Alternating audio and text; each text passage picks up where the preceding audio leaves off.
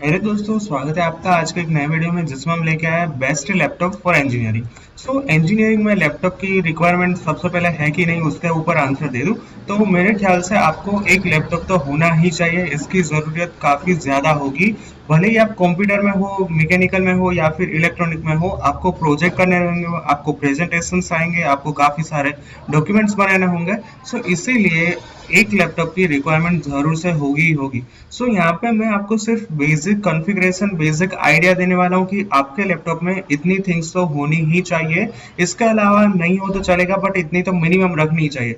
तो सबसे पहले स्टार्ट करते हैं बेसिक कॉन्फ़िगरेशन से। उसमें सबसे पहले आता है सीपीयू प्रोसेसर, जिसको हम कंप्यूटर का हार्ट भी कहते हैं। सो अभी क्या है कि 9, 10 और 11 जनरेशन के इंटेल के कोर i5 और i7 के प्रोसेसर होने चाहिए। यहाँ पे तीन तरह के प्रोसेसर आते हैं, i3, i5, i7 और कभी कभी i11 भी आ गया है। बट अभी हमारे यहाँ पे तीन प्रोसेसर ही बात करनी है, वो है i3, i5 और i7। सो मेरा रिकमेंडेशन यही रहेगा कि आप i3 में ना जाए और आप डायरेक्टली i5 और आप i7 ही लीजिए। अगर आपको लैपटॉप 4 साल चलाना है, आपको यही सोच के चलना है कि मुझे 4 साल तक एक ही लैपटॉप में काम करना है, तो फिर i5 और i7 बेस्ट रहेगा। i3 1 साल 2 साल बाद काफी स्लो हो जाता है, इसलिए मेरा रिकमेंडेशन रहेगा कि आप i5 और आप i7 के साथ जाए तो अच्छा रहेगा। सो ये हो गया प्रोसेस के ऊपर। और कोई भी जनरेशन उसमें मुझे नहीं जाना है, मुझे सिर्फ इतना ही बताना है कि i5 या फिर i7 प्रोसेसर होना चाहिए। ग्राफिक की 100% रिक्वायरमेंट नहीं है। अगर आप गेम के शौकीन हो, आपको ऐसा लगता होगा कि आप कभी कभी गेम खेल लेंगे, तो फिर एनवीडिया ग्राफिक्स आप ले सकते हो। अगर रैम की बात करें तो रैम 8 जीबी से लेके 16 जीबी में होनी चाहिए। अब रैम की बात करें तो पहले आते थे 2 जीबी के रैम, फिर आते थे 4 जीबी के, फिर 8 जीबी का है और अब 16 जीबी के भी अवेलेबल है। तो यहाँ पे मैं 4 जीबी रिकमेंड नहीं करता हूँ, मैं आपको बताता हूँ कि आप 8 जीबी के साथ जाइए तो बेटर रहेगा। और 16 होगा तो आप वेल एंड गुड होगा, उसमें तो कुछ कहना ही नहीं पड़ेगा। बट मोस्टली मोस्टली लोग 8 जीबी में ही जाते हैं, तो मेरा भी सजेशन यही रहेगा कि आप 8 जीबी वाला लैपटॉप में जो भी रैम है उसमें जाइए। अब स्क्रीन की बात करें तो स्क्रीन क्या है कि 13 इंच से लेकर 15 के बीच में रखना है, क्योंकि इसमें आपको पढ़ना होगा तो ये काफी कंफर्ट होगा आपके आई के लिए। स्टोरेज की बात करें तो 256 जीबी से लेकर 2 TB तक की एसएसडी आती है।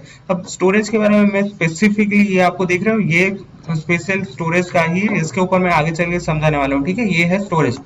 तो यहाँ पे आते हैं कि स्टोरेज में आपके पास एसएसडी मिनिमम 500 जीबी तो होनी ही चाहिए। मैं किसकी बात कर रहा हूँ? एसएसडी की, मैं एचडीडी की बात नहीं कर रहा हूँ। अब अगर यहाँ पे कंफ्यूजन हो रहा हो एचडीडी और एचडीडी, तो मैं आगे चल के समझाने वाला हूँ। बट यहाँ पे मैं क्या बताना चाहता हूँ कि 500 जीबी मिनिमम एसएसडी होनी चाहिए, या फिर आपके पास एचडीडी है हार्ड डिस्क ड्राइव, तो फिर आपके पास होनी चाहिए 1 TB। ठीक है, अब अदर स्पेसिफिकेशन ये हो भी तो चलेगा और ना हो तो भी चलेगा। ठीक है, ये कंपलसरी नहीं है।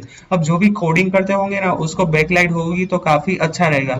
लाइट वेट लेना, क्योंकि आपको कॉलेज से घर, घर से हॉस्टल, हॉस्टल से कॉलेज जाना होगा लैपटॉप के साथ, सो फिर लाइट वेट होगा तो आपको काफी कंफर्ट होगा। ठीक है, एसएसडी में ही जाना, मेरा तो रिकमेंड यही रहेगा कि आप एसएसडी के साथ ही जाओ, क्योंकि आपको 4 साल तक लैपटॉप चलाना है, एक ही लैपटॉप बाई करना है, तो फिर आप एक साल एक साथ में अच्छा खर्चा कर दे तो फिर अच्छा रहेगा। ठीक है, और बजट जहाँ कब कहाँ से कहाँ तक निकलता है, 40,000 से लेके 1 लाख तक नॉर्मल रेंज मालूम होती है। ठीक है, अब यहाँ पे ये मत बोलना कि 1 लाख के ऊपर नहीं आते, काफी सारे लैपटॉप 2 लाख 3 लाख और इसकी कोई रेंज ही नहीं है। बट मैं यहाँ पे ओवरव्यू मीडियन जो रेंज निकलती है ना, उसकी बात कर रहा हूँ। ठीक है, तो अब आते हैं HDD वर्सेस SSD। ये होता क्या है? HDD means hard disk drive, SSD means solid state drive. ये इसका डायग्राम है, हम ये भी समझने वाले हैं। ठीक है, तो सबसे पहले क्या होता था कि पुराने टाइम में और अभी भी HDD ही ज्यादातर यूज होता है, बट अब SSD की डिमांड ज्यादा बढ़ने लगी है। क्योंकि इसका रीजन यही है कि SSD जो होता है सॉलिड स्टेट ड्राइव, ये काफी फास्टर होता है, काफी जल्दी चलता है कंपेयर टू SSD। अगर हम HDD की बात करें तो HDD काफी लो प्राइस में आपको मिल जाएगा, जबकि आपको SSD लेना होगा तो फिर आपको काफी ज्यादा प्राइस पे करनी होगी। और प्रोग्रामिंग सॉफ्टवेयर दोनों के ऊपर ही रन करते हैं, बट अगर हम बात करें तो HDD में क्या होगा, 1.5 से लेके 2 साल तक में उसके बाद परफॉर्मेंस आपका स्लो हो जाएगा। जब SSD होता है वो काफी कांस्टेंट रन करता है। बेसिकली कहने का मतलब ये है कि अगर आप एसएसडी के साथ जाओगे तो आपकी लैपटॉप की लाइफ काफी लंबी होगी, काफी स्मूथ चलेगा, काफी फास्टर परफॉर्मेंस देगा। जबकि HDD होगा तो 1-2 साल बाद स्लो होने लगेगा आपको। मतलब जो भी सॉफ्टवेयर रन करो वो स्लो चलने लगेंगे, आपको टाइम ज्यादा देना पड़ेगा। सो इसीलिए मेरा रिकमेंडेशन यही है कि आप थोड़ा सा बजट अपना अप करके SSD स्टोरेज वाले लैपटॉप ही लेना, ठीक है। और ये यहाँ पे मैंने छोटा सा डायग्राम, अब ये देख रहे हो कि कितनी बड़ी स्पेस है और इसकी स्पेस कितनी कम हो गई। सबसे ज्यादा ये जो डिस्क होती है ना, डिस्क, ये डिस्क ही SSD में नहीं आती, इसमें कहीं आपको डिस्क दिखाई दे रही है। सो ये डिस्क ही निकाल दी है जिसको बोलते हैं प्लेटर, ठीक है, यहाँ पे लिखा है प्लेटर। अब इसमें SSD में प्लेटर है ही नहीं। इसकी साइज करे तो 3.5 की है और इसकी साइज भी क्या काफी कम है। और इसमें सबसे ज्यादा तो क्या है कि ये फ्लैश मेमोरी का यूज काफी ज्यादा है। इसमें आप देख सकते हो कि 4 और 4 टोटल 8 ऐसे फ्लैश मेमोरी है, नैंड गेट की है, तो आपको काफी इंपॉर्टेंट और काफी हेल्प करने लगेगा। इसके अलावा कैसे और कंट्रोलर, दो ही बात है, जबकि आप HDD में देखो तो आपको काफी ज्यादा इसमें कंपोनेंट होते हैं। सो ये सिर्फ बेसिक डायग्राम है, ये समझने की जरूरत नहीं है। सिर्फ मेरा कहने का मतलब यही है कि आपका हो सके तो HDD में ही लेना, लैपटॉप काफी अच्छा रहेगा। अब कंपनी वाइज बात करूं तो डेल इसमें सबसे अच्छा परफॉर्मेंस देता है, 1 ईयर, 2 ईयर, 3 ईयर, 4 ईयर। मैंने देखा है कि 4 साल के बाद भी डेल के लैपटॉप काफी स्मूथली चल रहे हैं। लेनोवो और एचपी काफी काफी अच्छा है, बट एसएस और एसएस आपको ज्यादा कॉन्फ़िगरेशन देंगे। यहाँ पे कहना इतना ही चाहता हूँ कि मान लीजिए कि आपका बजट 70,000 है, तो जो कॉन्फ़िगरेशन लेनोवो और एचपी में इस रेंज में मिलेंगे, उसी रेंज में एसूस और एसर के ज्यादा स्पेसिफिकेशन, ज्यादा कॉन्फ़िगरेशन मिलेंगे। फिर से एक बार रिपीट कर दूं कि जो 70,000 में लेनोवो और एचपी में जो मिलता है, उससे ज्यादा 70,000 यानी कि इसी रेंज में एसूस और एसर के लैपटॉप में आपके पास ज्यादा ऑप्शंस रहेंगे, ठीक है। अब यहाँ पे आपको एक्स्ट्रा फीचर की कोई जरूरत नहीं है कि आपको टच स्क्रीन होना चाहिए लैपटॉप, मतलब जिसकी स्क्रीन भी टच स्क्रीन आती है। अब टच पैड में क्या है कि काफी काफी स्क्रीन हो जाती है, मतलब नम पैड टच स्क्रीन में आ जाता है। ये सब फालतू के खर्चे, मैं यहाँ पे आपको ये सब रिकमेंड नहीं करना चाहता। मेरा रिकमेंडेशन सिर्फ यही रहेगा, अच्छा लैपटॉप लीजिए, 4 साल चले ऐसा लैपटॉप लीजिए, ठीक है। और एक्स्ट्रा फीचर की भी इसमें कोई जरूरत नहीं है। ये तो क्या है कि कंपनी को कुछ नया नया तो निकालना ही पड़ेगा, सो इसीलिए वो नए नए फीचर्स देते हैं, बट वो सब कुछ वर्थलेस है, ठीक है।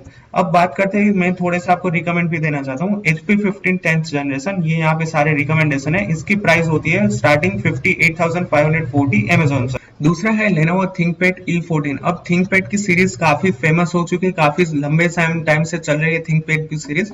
काफी सारे ऑफिस में भी थिंकपैड के लैपटॉप ही मिलते हैं। इसकी प्राइस की बात करें तो ये आता है 62,000 का अराउंड। डेल की इंस्पिरॉन सीरीज काफी फेमस है और मेरे ज्यादातर फ्रेंड डेल की इंस्पिरॉन सीरीज ही यूज करते हैं। इसकी प्राइस 62,000 से स्टार्ट होती है अमेजोन पे। लेनोवो आइडिया पैड की बात करें तो इसकी मैंने ऑलरेडी सीरीज, और मैं खुद लेनोवो आइडिया पैड ही यूज करता हूँ, सो ये भी काफी अच्छा है। ये थोड़ा सा लो बजट में आपको मिल जाएगा। इसके अलावा आता है Asus VivoBook, ये अभी काफी फेमस हो रही है और इसमें जो नए नए कॉन्फ़िगरेशन आ रहे हैं उसमें तो ये काफी अच्छा परफॉर्म दे रहा है। इसकी प्राइस है अराउंड 70,000। सो यहाँ पे मैंने तो यहाँ पे 4-5 ही दिए हैं आपको रिकमेंडेशन, और मैं यही नहीं कहना चाहता हूँ कि आप यही लैपटॉप ले। मतलब मैं आपको सिंपली ये सारे के सारे कॉन्फ़िगरेशन आपको बोलना चाहता हूँ कि इसमें देखिए कि इतने अच्छे कॉन्फ़िगरेशन है, इसलिए मैंने यहाँ पे डाला है। इसके अलावा काफी सारे दूसरे कंपनीज के भी है, और अगर आप मैकबुक में जाना चाहते हो तो मैकबुक एयर मिनी आ रहा है 1,20,000 के समथिंग, वो भी काफी अच्छा है, ठीक है। तो आप जब भी लैपटॉप ले उसमें एक एंटीवायरस डलवा देना, ये काफी आपके पीसी के लिए यूजफुल रहेगा। और जब भी आप कुछ भी वेब सर्फिंग करते हो तो वो वायरस और सिक्योरिटी के साथ आपको काफी जो भी प्रॉब्लम होगी वो एंटीवायरस अपने आप ही सॉल्व कर देगा। क्योंकि आपको सभी को पता है कि अब क्या क्या मतलब वेब में सर्फिंग होता है, आप क्या सर्च करते हो, वो कितनी एड देते हैं, और वो एड आपको कहीं ना कहीं वायरस का खतरा भी देते हैं, ठीक है। सो इसलिए एक एंटीवायरस जरूर से डलवा देना।